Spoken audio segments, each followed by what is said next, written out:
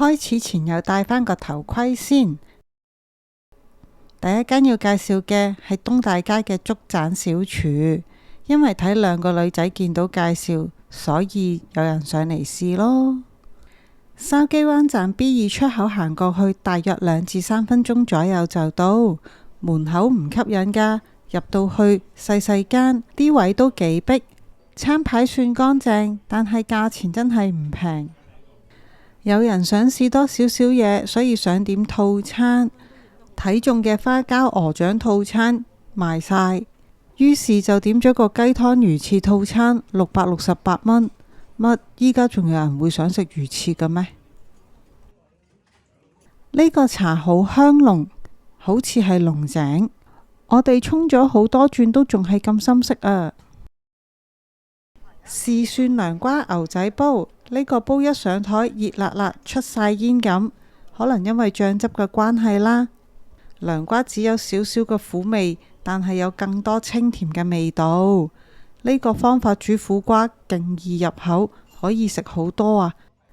牛仔骨嘅份量唔少，牛肉個香味又好出，連住骨位嗰啲筋肉好好味，肉質鬆軟又滑，最重要係唔柴又唔韌啊嘛！仲有淡淡嘅豆豉同蒜香味，餸飯一流，估唔到嘅咁好食啊！呢個瓦煲豉油雞，呢個就好似係招牌之一，一上台陣陣嘅香味滲出，要小心，千祈唔好掂到個瓦煲啊，因為勁熱。雞嘅份量夠多，而且明顯係半隻雞，唔會食極都係雞翼尖啊！食得出好新鮮，好嫩，豉油唔會太鹹，煮到啲雞油啊雞精落晒個汁度，但係食落去又唔會覺得油喎，又係好啱餸飯。另外啲薑蔥吸晒啲豉油同埋雞油，超級惹味啊！食食下碗翅都嚟咗，真係有翅㗎，份量都唔少，味道就清新鮮甜，但應該就唔會有下次啦。個人都係中意食碗仔翅或者蛇羹多啲。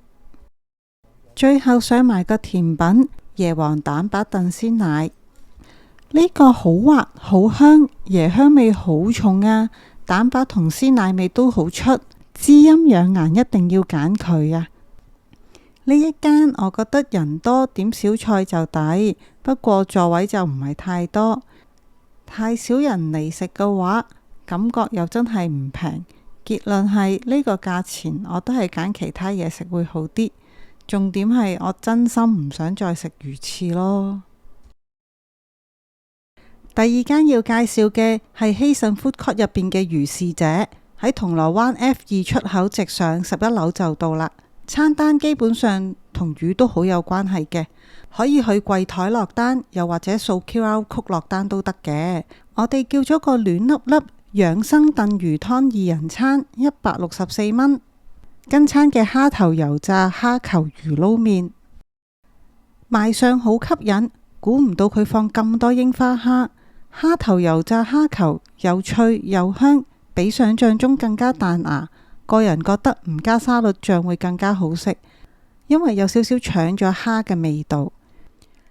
第一次食嘅魚麵口感，感覺比烏冬拉麵更加彈牙好味。最重要嘅係佢冇魚嗰陣嘅腥味，但係有魚嘅鮮味。魚麵應該用魚肉製成，再配埋啲櫻花蝦一齊食，真係一流嘅配搭啊！跟餐嘅日式山葵雞翼，味道正常，山葵即係 wasabi 啦，唔會太攻鼻。不過我就略嫌啲醬汁比較多。雞翼正常多汁，唔會柴。跟餐嘅原味燒賣4粒，明顯就係魚肉燒賣啦，最原始嘅味道。不過佢個精髓唔係個燒賣啊，係個辣醬，鹹香味再加少少辣，仲食到啲好似芝麻醬嗰啲粒粒。基本上呢個辣醬就係重點所在。跟餐嘅花膠螺頭竹笙燉魚湯，對於跟餐嘅湯本身就冇咩期望，點知呢個湯極度足料，真係有花膠、螺頭、竹笙、杞子、排骨、冬菇，份量仲要唔少添。個湯飲落去好濃，仲有黏口嘅感覺。冬菇厚得嚟又超級軟腍，排骨燉到連啲骨頭都可以輕易咬碎啊！成個餐我覺得呢個湯先至係主菜。麻辣牛肉魚麵撈72蚊，望到個底有好多辣汁，食落冇想象中咁辣，牛肉偏甜，質感有啲似松屋嘅牛肉檔。魚麵一樣都係咁彈牙啦，醬汁就麻麻辣辣，但係又帶有少少甜喎，唔會一味死辣，係有層次嗰種，而且仲有青瓜絲中和返嗰種麻辣嘅感覺，清清爽爽，好舒服。魚麵嚟講，我比較中意麻辣牛肉多過呢個炸蝦球，因為佢個味道同埋層次都比較豐富。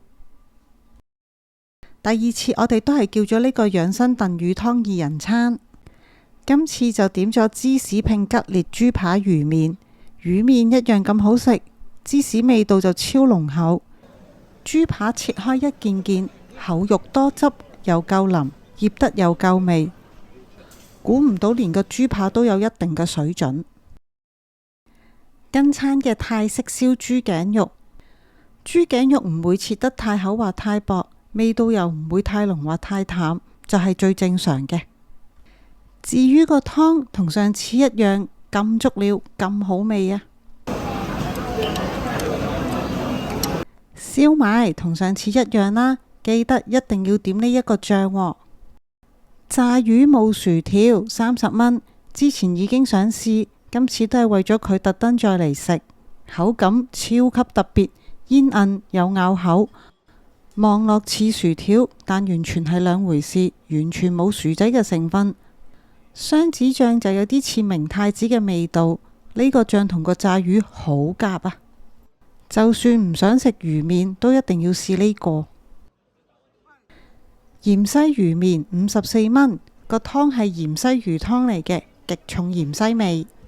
餃子入邊係芫茜，魚麵又加咗芫茜，本身又加咗啲芫茜喺面，成件事完全就係為一個芫茜迷而設。芫茜味道夠，唔會太濃郁，但係每一啖都食到芫茜嘅清香味。個人超級推介呢個芫茜魚麵，感覺上好健康又清新。最後想問下，唔明點解有人繁忙時間喺 food court 叫杯嘢飲坐低勁耐，明明好多人喺度等緊佢哋個位，都可以當睇唔到繼續傾偈。果然人無恥便無敵，呢個勢至少維持咗45分鐘，由我哋食到我哋離開嘅時間。我哋快快手食完就讓位俾其他人坐低食嘢，好似佢哋呢種咁厚面皮嘅行為，唔好意思，我哋真係做唔出咯。今集又係咁先嚕，拜拜。